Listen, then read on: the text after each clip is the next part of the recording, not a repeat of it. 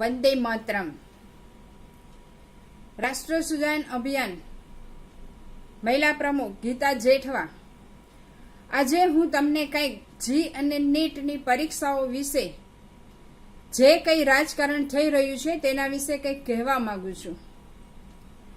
આજે 2020 કોવિડ-19 સંકટમાં ચાલી રહ્યું છે ત્યારે વિદ્યાર્થીઓનું કેરિયર, ખાસ કરીને જે જી અને નીટની પરીક્ષાઓ બાબતમાં ચર્ચાઈ રહ્યું છે, તો આ વિશે શું નિર્ણય સરકાર લઈ શકે અથવા સરકારનો જે નિર્ણય છે તે નિર્ણય વિદ્યાર્થીઓના ભવિષ્ય માટે લાભદાયક છે અથવા તો શું થઈ શકે. જૈવિક એટલે કે જીની મેઇન અને નીટની પરીક્ષાઓમાં ભારતમાં અત્યારે ખેંચતાણ ચાલી રહી છે, ચર્ચાનો મુદ્દો બની રહ્યો છે. ત્યારે વિદ્યાર્થીઓ આ પરીક્ષાઓમાં જો જશે તો શું થશે અને આ પરીક્ષાઓને રોકી દેવામાં આવશે તો શું થશે? આ બંનેમાં જોખમ તો છે જ. જો વિદ્યાર્થીઓ પરીક્ષા આપવા જશે તો તેમના જીવનું જોખમ છે, અને જો વિદ્યાર્થીઓની પરીક્ષાઓ સ્થગિત કરી દેવામાં આવે તો તેમના ભવિષ્ય સાથે એટલે કે તેમનું ભવિષ્ય જોખમમાં છે. તો આ બંનેનો વચ્ચેનો રસ્તો શું હોઈ શકે તે વિશે સરકાર સતત ચિંતિત છે અને સતત ને સતત મિટિંગો, કમિટીઓ, વિદ્વાનો ને શિક્ષણવિદ વિચારકો દ્વારા નિર્ણય લેવા તત્પર છે કે હવે પછી આપણે આ પરીક્ષાઓ વિશે શું કરી શકીએ.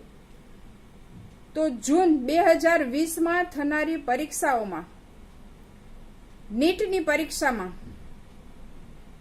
જે કંઈ કોવિડ-19નો વધતો પ્રકોપ છે તે જો સ્થિર ન થાય તો શું થશે? તો રાજકીય પરીક્ષાની જે કમિટી છે, એજન્સી છે, તેના દ્વારા યોજિત કાર્યક્રમ અનુસાર જીની પરીક્ષા સપ્ટેમ્બર 1 થી 7 સુધીમાં કરવામાં આવે અને નીટની પરીક્ષા 13 સપ્ટેમ્બરમાં લેવામાં આવે એવો નિર્ણય લેવામાં આવ્યો કે તરત જ કેટલાક વિદ્યાર્થીઓના જૂથ અને કેટલાક તત્વો દ્વારા સુપ્રીમ કોર્ટના દરવાજાઓ ખખડાવવામાં આવ્યા કે પરીક્ષાઓને સ્થગિત કરી દેવી જોઈએ. તો જો આ પરીક્ષાઓ સ્થગિત કરી દેવામાં આવશે તો આગામી પરીક્ષાઓ માટેનું સુયોજિત કાર્યક્રમ અથવા તો સગવડભર્યો દિવસ અથવા તો સગવડભર્યું વર્ષ અથવા સમય, પરીક્ષાનું ટાઈમ ટેબલ શું હોઈ શકે? આ બધા વિચારોને ધ્યાનમાં રાખીને સુપ્રીમ કોર્ટે તેમની અરજી ખારિજ કરી દેવામાં આવી છે અને તેમના વિચારોને સ્વીકારવામાં આવ્યા નથી. પરીક્ષાઓ થવી જોઈએ તેવું સુપ્રીમ કોર્ટ દ્વારા નક્કી કરવામાં આવ્યું છે. ત્યારે આ વિશે વધુ માહિતી જોતા આપણે જાણી શકીએ છીએ કે જીની પરીક્ષાઓ દ્વારા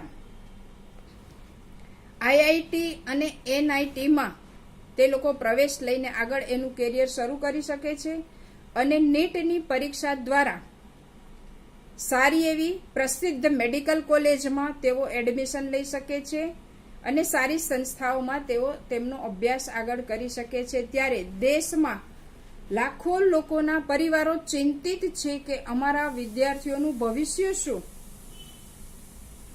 તેમના સંતાનોના પ્રવેશ અને કેરિયરનું વર્ષ શું થઈ શકે તેમ છે તે વિશે વિચારી રહ્યા છે. જીની મેઇન પરીક્ષા લગભગ 9,53,000 વિદ્યાર્થીઓ આપી રહ્યા છે.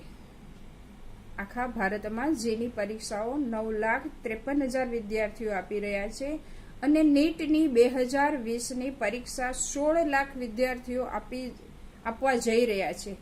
નીટમાં 16 લાખ અને જીમાં 9,53,000 વિદ્યાર્થીઓ પરીક્ષામાં બેસવાના છે. ત્યારે સરકાર માટે, દેશ માટે કોવિડ-19ના આ સંક્રમણ દરમિયાન આ પરીક્ષાઓનું આયોજન કરવું ખૂબ જ મુશ્કેલ ભર્યું અને તેમના માટે એક એવો સંકટનો સમય, એવો વિચાર શક્તિ માગી લે એવો નિર્ણય લેવાનો સમય આવી ગયો છે. ત્યારે આપણા વડાપ્રધાન શ્રી દ્વારા, પરીક્ષા કમિટી દ્વારા અને પરીક્ષા એજન્સી દ્વારા લેવાયેલા નિર્ણયને આપણે સૌ સાથ આપીને ભવિષ્યમાં પરીક્ષાઓ આપીને છોકરાઓને, આપણા સંતાનોને, આપણા વિદ્યાર્થીઓનું ભવિષ્ય સાથે ચેડા નહીં કરીને, રાજકારણ નહીં કરીને આગળ વધવું જોઈએ.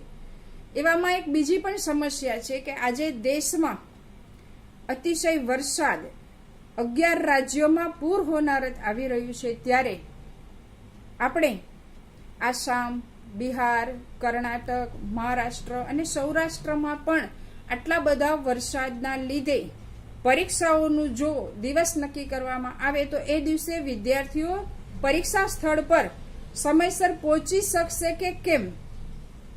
કેવી રીતે પહોંચશે? અને પરીક્ષાઓ થાય અને નહીં પહોંચે તો આની સમસ્યાનું સમાધાન શું?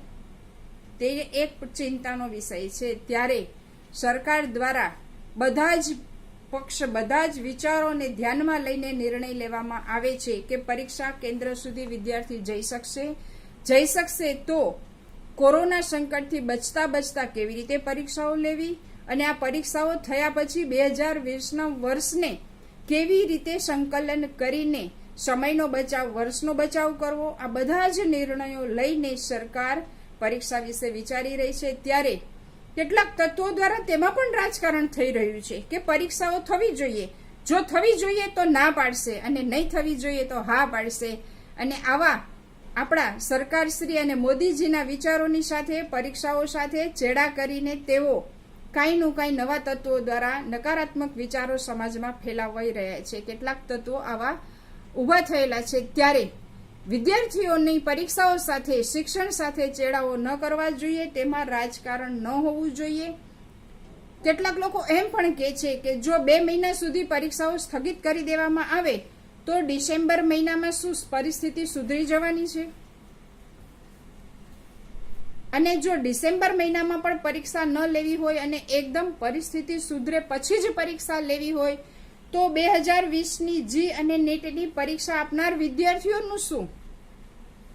આ બધા જ વિચારોને ધ્યાનમાં રાખીને જી અને નીટની પરીક્ષાઓ જે નક્કી કરવામાં આવે તેમની સાથે આપણે સાથ સહકારથી પરીક્ષાઓ આપીને વિદ્યાર્થીઓને પ્રોત્સાહન આપવું જોઈએ, ઉત્તેજન આપવું જોઈએ. વાલીઓ, વિદ્યાર્થી જૂથો, વિદ્યાર્થીઓ, શિક્ષણ સંસ્થાઓ, પરીક્ષા કમિટી, આ બધા જને ધ્યાનમાં રાખીને લેવાતા નિર્ણયો સાથે જી અને નીટની પરીક્ષાઓ થવી જોઈએ અને એ પરીક્ષામાં જે કાંઈ નિર્ણયો લેવાય તેમની સાથે વિદ્યાર્થીઓના ભવિષ્યને જોડવું જોઈએ. હાલમાં વિદ્યાર્થીઓનું કેરિયર અને જિંદગી બંને જોખમમાં છે અને બંનેમાં કોઈ વિકલ્પ મળી શકે તેવો રસ્તો શોધવાનો રહ્યો અને તેમના માટે આપણને એમ થાય છે કે જીવન કિંમતી છે અને વિદ્યાર્થીઓ વિચારી રહ્યા હોય, વાલીઓ વિચારી રહ્યા હોય કે કેરિયર કિંમતી છે. જો એક સમય માટે, 1 મિનિટ માટે કેરિયરનો વિચાર કરીએ અને પરીક્ષા દેવા જાય અને હજારોની સંખ્યામાં કોરોના ફેલાય તો જીવન જ નહીં હોય તો કેરિયર અને શિક્ષણ અને તમારું આર્થિક ઉપાર્જનનો રસ્તો જ શું રહેશે? અને જો પરીક્ષાઓ નહીં થાય તો આ 1 વર્ષ જે વિદ્યાર્થીઓનું બગડે છે તેનો શું રસ્તો હોય? તો બંનેમાંથી શેમાં જોખમ વધારે છે અને શેમાં સલામતી છે તે વિચારીને નિર્ણય લેવામાં આવી રહ્યો છે. ત્યારે આપણે કેરિયર અને જિંદગીની વચ્ચે મોદીજી જેમ કહે છે તેમ કે જાન હે તો જહાન હે, તો પહેલા તો આપણે વિદ્યાર્થીઓને બચાવવાના છે, તેની સાથે આ વ્યવસ્થા કરવાની છે અને આ વ્યવસ્થાની સાથે આપણે સૌએ સાથ સહકાર આપીને આગળ વધવાનું રહ્યું.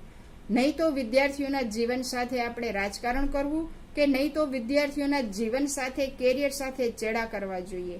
એટલે મારી રાષ્ટ્ર સુજાન અભિયાન તરફથી સૌને નમ્ર વિનંતી છે કે જી અને નીટ યા તો શિક્ષણ નીતિ યા તો નવી શિક્ષણ નીતિ વિશે જે કાંઈ વિચારો છે તેમાં આપણે સૌ ભારતીયોએ રાજકારણ નહીં કરવું જોઈએ અને શિક્ષણ નીતિની સાથે, મોદીજીની સાથે અથવા તો ભારતના જે વિદ્યાર્થીઓના વિચારો કરીને તાત્કાલિક સમયને ધ્યાનમાં રાખીને જે નિર્ણય લેવાય તે નિર્ણયોમાં આપણે સાથે ઊભવું જોઈએ.